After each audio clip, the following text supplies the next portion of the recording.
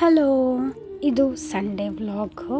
ವಿಡಿಯೋನ ಆಫ್ಟರ್ನೂನಿಂದ ಸ್ಟಾರ್ಟ್ ಮಾಡ್ತಿದ್ದೀನಿ. May be 12:30 ನಂತರ ಸ್ಟಾರ್ಟ್ ಮಾಡಿದೆ ನಾನು.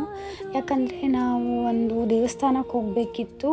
ಹಾಗಾಗಿ ನಾನು ಇದನ್ನು ವಿಡಿಯೋ ಮಾಡೋಣ ಅಂತ ಹೇಳಿ ಸ್ಟಾರ್ಟ್ ಮಾಡಿಕೊಂಡೆ. ನಾವು ಫ್ಯಾಮಿಲಿ ಎಲ್ಲ ಸೇರಿ ಹೋಗಿದ್ವಿ. ಇದು ಬೆಂಗಳೂರಲ್ಲೇ ನೆಲಮಂಗಲದಿಂದ 25 ಕಿಲೋಮೀಟರ್ಸ್ ಅಷ್ಟೇ ಇದೆ, ಚಿಕ್ಕಮದುರೆ ಅಂತ. ಇದು ಶನಿ ದೇವರ ದೇವಸ್ಥಾನ ಆಗಿರುತ್ತೆ. ದೇವಸ್ಥಾನ ಹೊರಗಡೆಯಿಂದ ನೋಡಲಿಕ್ಕೆ ತುಂಬ ಸುಂದರವಾಗಿದೆ. ಹಾಗೆ ನಾವು ಕೈಕಾಲೆಲ್ಲ ತೊಳ್ಕೊಂಡು ಹಾಗೆ ಪೂಜಾ ಸಾಮಗ್ರಿಗಳನ್ನು ತಗೊಂಡು ನಾವು ದೇವಸ್ಥಾನಕ್ಕೆ ಹೊರಟ್ವಿ. ಕ್ರೌಡ್ ಇರೋದ್ರಿಂದ ಕ್ಯೂನು ಸ್ವಲ್ಪ ಜಾಸ್ತಿನೇ ಇತ್ತು. ಕ್ಯೂದಲ್ಲಿ ನಿಂತು ಹಾಗೆ ಅಲ್ಲಿ ಹಣ್ಕಾಯಿ ಮಾಡಿಸ್ತಾ ಇದ್ರು. ಹಾಗೆ ನಾವು ಕೂಡ ಹಣ್ಕಾಯನ್ನು ಮಾಡಿಸ್ಕೊಂಡು ಅಲ್ಲಿ ಒಂದು ಕಾಯನ್ನು ಅನ್ನ ಪ್ರಸಾದಕ್ಕೆ ಅಂತ ಇಟ್ಕೊತಾರೆ. ಶನಿವಾರ ಅಲ್ಲಿ ವಿಶೇಷವಾದಂಥ ಪೂಜೆ ಇರುತ್ತೆ, ಅದಕ್ಕೆ ಡೆಕೋರೇಷನ್ ಎಲ್ಲ ಹಾಗೆ ಇತ್ತು. ನಾವು ಕ್ಯೂದಲ್ಲಿ ನಿಂತಾಗ ಸೀನಿಯರ್ ಸಿಟಿಸನ್ಸ್ ಎಲ್ಲ ಸೇರಿ ಶನಿ ದೇವರ ಮೇಲೆ ಭಜನೆ ಹೇಳ್ತಾ ಇದ್ರು, ಹಾಡು ಹೇಳ್ತಾ ಇದ್ರು. ಅದನ್ನು ನೋಡೋಕ್ಕೆ ಒಂಥರ ಖುಷಿ ಆಯಿತು.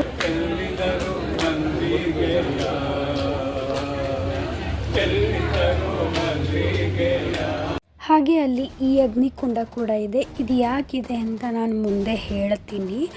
ನಾವು ಮೊದಲು ದೇವ್ರ ದರ್ಶನ ಮಾಡ್ಕೊಂಡು ಬಂದುಬಿಡೋಣ. ಮುಂದೆ ಹೋಗ್ತಾ ಹೋದಂಗೆ ಎಂಟ್ರೆನ್ಸ್ ಕೂಡ ನಮಗೆ ಸಿಕ್ತು. ಅಲ್ಲಿ ಡೆಕೋರೇಷನ್ ನೋಡೋಕ್ಕೆ ನಂಗೆ ತುಂಬ ಖುಷಿ ಆಯಿತು. ಯಾಕಂದರೆ ಅಷ್ಟು ಚೆನ್ನಾಗಿ ಅಲ್ಲಿ ಡೆಕೋರೇಷನ್ ಮಾಡಿದರು.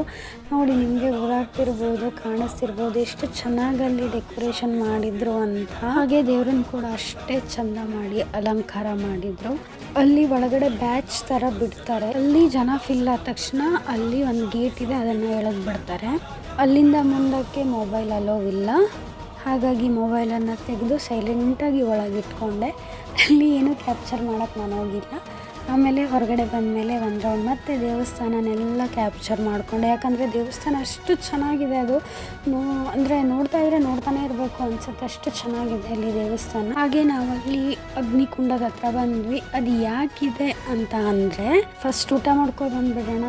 ಆಲ್ರೆಡಿ 3 ಗಂಟೆ ಆಗಿಬಿಟ್ಟಿತ್ತು ನಾವು ಅಲ್ಲಿ ಹೋಗೋ ತನಕ ಊಟಕ್ಕೆ. ಹಾಗಾಗಿ ಫಸ್ಟ್ ಊಟ ಮಾಡ್ಕೊಂಡು ಬರೋಣ ಬನ್ನಿ. ಅಲ್ಲಿ ಮಧ್ಯಾಹ್ನ ಊಟ ಕೂಡ ಇದೆ, ನೀವು ಅಲ್ಲಿ ಹೋದಾಗ ಊಟ ಕೂಡ ಮಾಡ್ಬೋದು.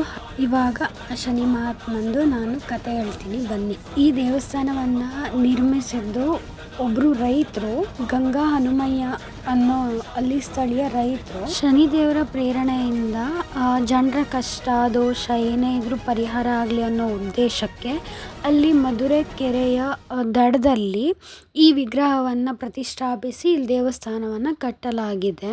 ಹಳೆ ದೇವಸ್ಥಾನದ ಕಡೆ ಹೊರಟ್ವಿ. ಅದು ಹೊಸ ದೇವಸ್ಥಾನದ ಎದುರುಗಡೆನೇ ಇದೆ. ಅದು ಹೊಸದಾಗಿ ಕಟ್ಟಿದ್ದಂತೆ. ಇದು ಶನೇಶ್ವರ ಪತ್ನಿ ಜ್ಯೇಷ್ಠಾದೇವಿಯ ದೇವಾಲಯ. ಇದರ ಪಕ್ಕಾನೇ ಕಲ್ಯಾಣ ಶನೇಶ್ವರ ಸ್ವಾಮಿ ದೇವಾಲಯ ಕೂಡ ಇದೆ.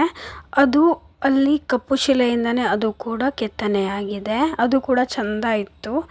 ಇದೇ ಮಧುರೆ ಕೆರೆ. ಈ ಮಧುರೆ ಕೆರೆ ದಡನೇ ಶನೇಶ್ವರ ದೇವಸ್ಥಾನ. ಇದು ಕೂಡ ತುಂಬ ಚೆಂದ ಕಾಣಿಸ್ತಿತ್ತು. ಅಲ್ಲಿ ಮಳೆ ಮೋಡ ಕೂಡ ಆಗ್ತಾ ಇತ್ತು ಸಣ್ಣದಾಗಿ.